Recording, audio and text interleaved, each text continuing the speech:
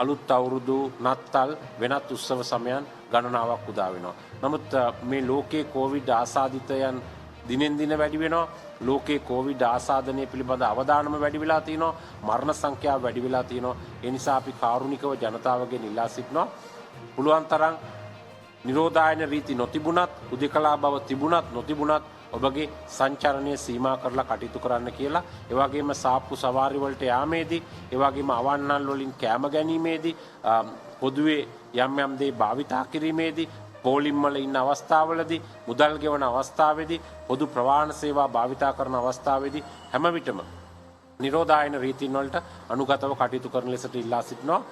උත්සව සමයත් එක්ක අපි ගිය අවුරුද්දේ නැත්නම් 2019 2020 මුලදී කටයුතු කරපු ආකාරයට මේ අවුරුද්දේ කටයුතු කරන්න ගියොත් අපි හැමෝටම කොවිඩ් ආසාදිතව බවට පත් වෙන්නට සිදු වෙයි. ඒ නිසා ඒ ගැන දැඩි අවධානයකින් යුතුව කටයුතු කරන්න. ඔබගේ සංචරණය හැකිතාක් දුරට සීමා කරන්න. ඒ වගේම සංචරණය කරන අවස්ථාවලදී හැම විටම නිරෝධායන රීතීන් වලට අනුගතව කටයුතු කරන ලෙසට සියලු දෙනාගෙන් අපි ඉල්ලා සිටිනවා. ඒ වගේම විශේෂයෙන්ම නිරන්තරයෙන් යමෙක් අපෙන් විමසනවා ඊළඟ සතිය නැත්නම් උත්සව සමය හුදෙකලා කිරීමක්, ඇඳිරි නීතිය දැමීමක් සිදු වේද කියලා. නමුත් අද මේ අවස්ථාව වන විටත් තියෙන සෞඛ්‍ය නිර්දේශ අනුව එවැනි තීරණයක් ගැනීමට කටයුතු සිදු වෙන්නේ නැහැ. මේ අවස්ථාව වන විටත් තියෙන සෞඛ්‍ය නිර්දේශ අනුව සාමාන්‍යයෙන් මේ පවතින ආකාරයටම සාමාන්‍ය රීතීන් යටතේ පවතිනවා. කෙසේ වෙතත් ජනතාවගෙන් අපි ඉල්ලා සිටිනවා නිරන්තරයෙන්ම සෞඛ්‍ය රීති වලට අනුගතව කටයුතු කරන්න. උත්සව සමය හැකිතාක් නිරෝධායන රීතීන් තුල ගත කරන්න එයයි අපි කරනු ලබන ආයාචනය. ඒ වගේම විශේෂයෙන්ම සෞඛ්‍ය අමාත්‍යාංශයේ වසංගත රෝග අංශයේ විශේෂඥවරුන් පවසන ආකාරයට මේ වැඩබිම් කාර්යාලවල සේවක සේවිකාවන් පිළිබඳව කරන ලද PCR පරීක්ෂණවලදී පැහැදිලි වෙලා තියෙන්නේ විශේෂයෙන්ම ඔවුන් හවුලේ යම් යම් දේවල් භාවිතා කිරීමේදී මේ රෝගය ආසාදනය වී ඇති බව. උදාහරණයක් හැටියට උදේට කාර්යාලයට නැත්නම් වැඩබිමට පැමිණි අවස්ථාවේ සිට මුහුණු ආවරණ පළඳිනවා, දුරස්ථභාවයේ තබා ගන්නවා. හැබැයි නමුත් කෑම ගන්න අවස්ථාවේදී මුහුණු ආවරණ ඉවත් කරනවා, සමූහයක් හැටියට එකට ආහාර ගන්නවා, එකම භාජන පරිහරණය කරනවා, එකම වීදුරු කෝප්පාදිය පරිහරණය කරනවා.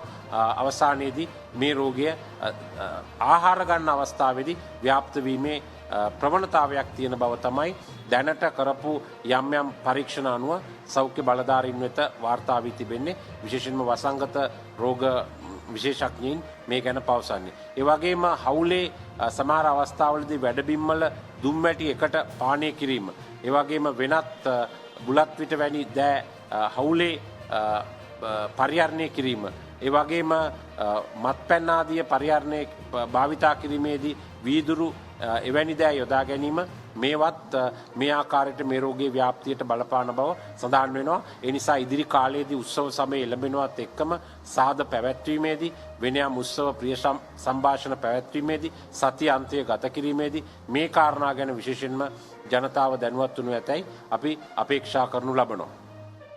ඒ වගේම මේ වන විට ලංකාවේ කොවිඩ් ආසාදිතින්ගේ සංඛ්‍යාව 31304ක් වෙනවා. නමුත් මේ අයගෙන් 73%ක්ම මේ වන විට සුවය ලබා තිබෙනවා. 22830ක් සුවය ලබා තිබෙනවා. ඒ වගේම 8397ක් පමණයි කොවිඩ් රෝගීන් දැනට ප්‍රතිකාර ලබමින් සිටින්නේ. ඒ වගේම මරණ 146ක් වාර්තා වී තිබෙනවා.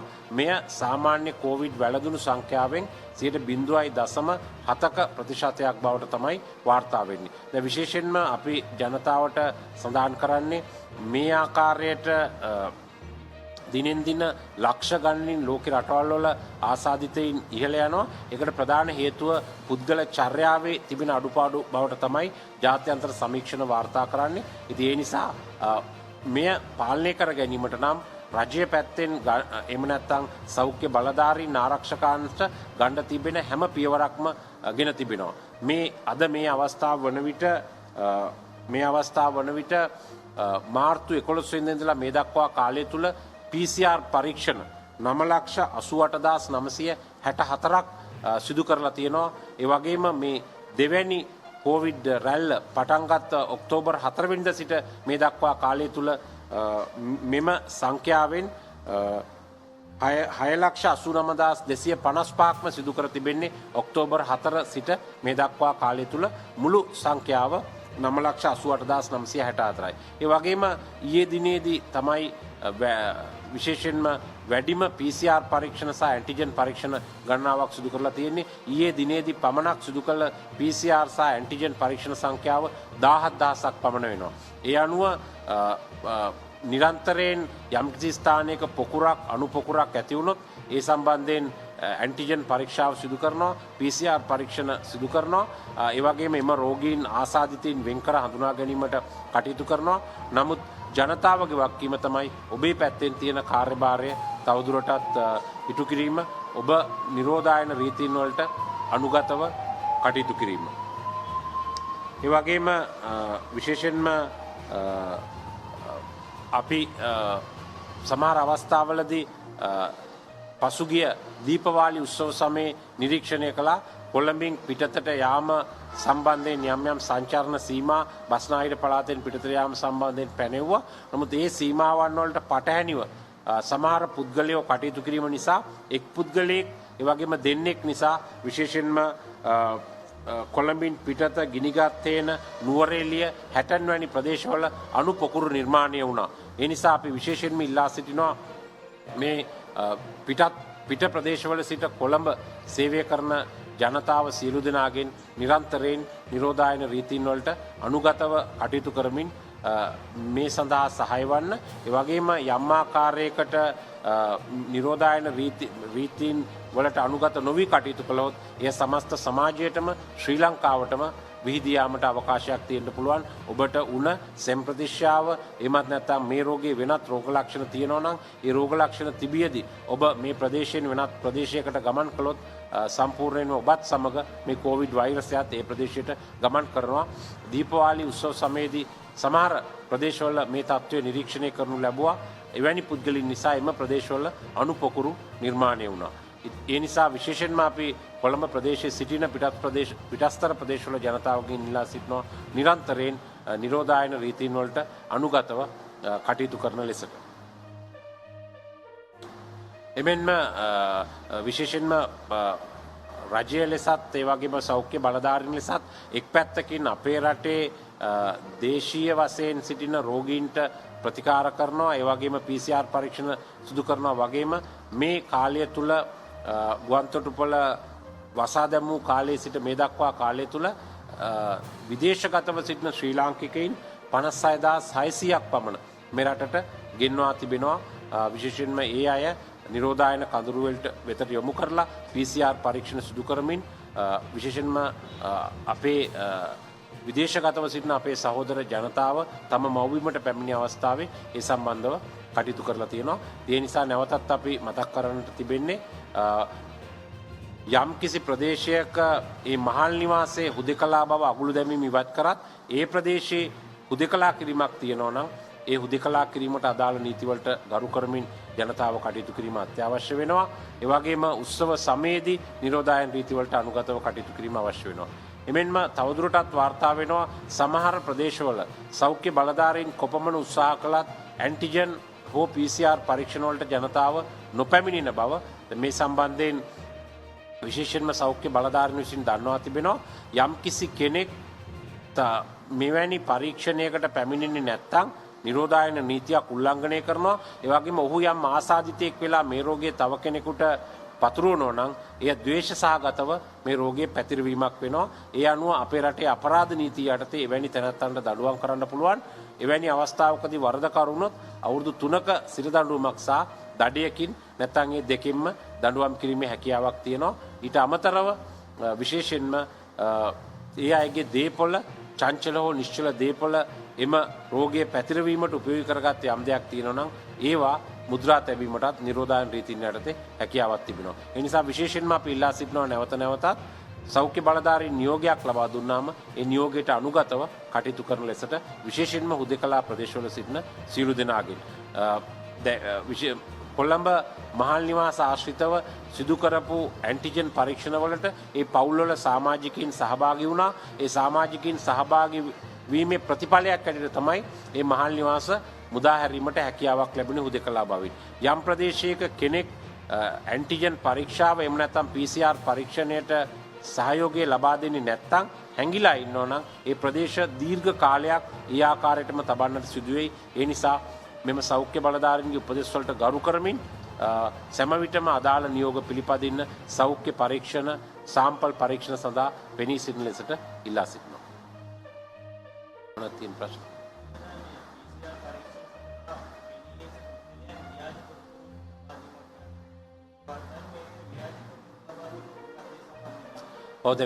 යම් කිසි කෙනෙක් PCR පරීක්ෂණයකට ඉන්න කෙනෙක් ව්‍යාජ තොරතුරක් ලබා දෙනවා කියන්නේ ඔහු අනෙකෙකු ලෙස පෙනී සිටීමේ වරද සිදු කරනවා.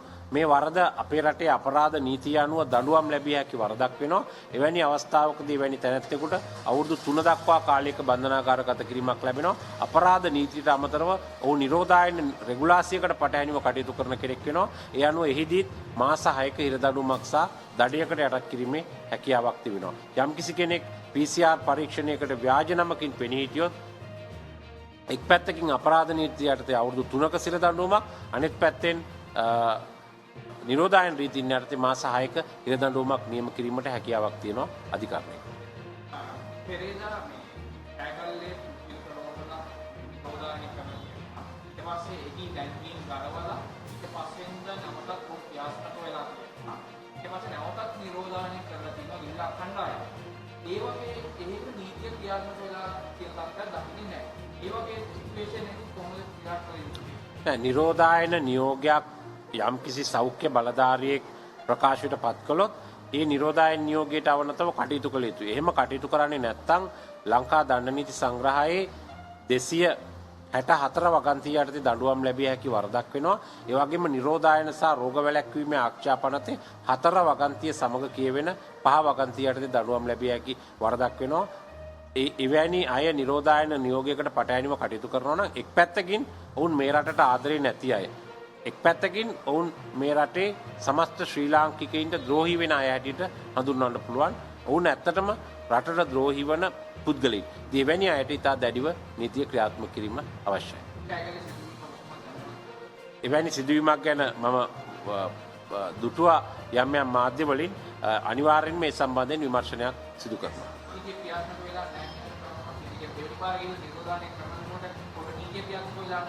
අපි ඒක ගැන හොයලා බලමු.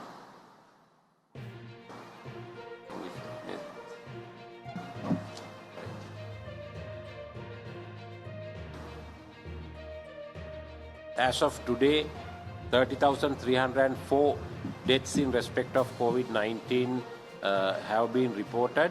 And in addition to, as of today, 31,304 COVID positive cases have been reported. And apart from that, 146 deaths have been reported.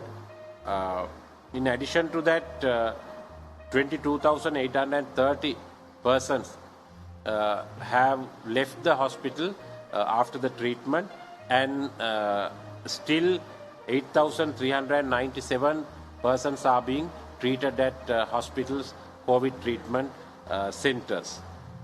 In addition to that, since this morning, the quarantine order in respect of 6 condominiums had been lifted.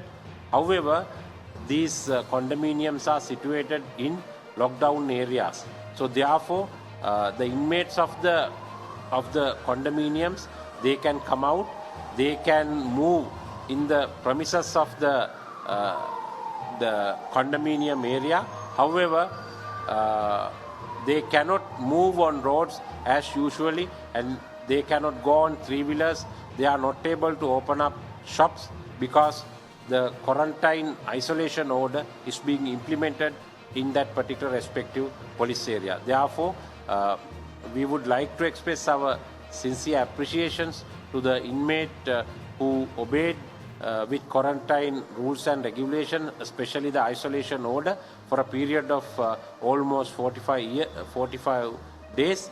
However, they have to again adhere with the blanket quarantine order in respect of that particular police area. So therefore they cannot move as usually on roads and other areas because those areas have been locked down. In addition to that, especially we would like to convey a message to everyone, especially how do you behave in the festive season. Now this the festive season is coming, and all the time you have to adhere with quarantine rules and regulations whilst you are on shopping or moving on public transportation or leaving Western Province or Colombo district. All the times kindly adhere with quarantine rules and regulations and render your fullest support and cooperation in order to control COVID-19. In addition to that, as of today, approximately 1 million PCR tests have been conducted, and in addition to that, yesterday 17,000 PCR and antigen tests have been conducted in respect of the general public. Therefore, the government and the health sector, we have taken all the measures in order to control the COVID-19, but we need the support from general public. So your support is equally required to control COVID-19. Thank you.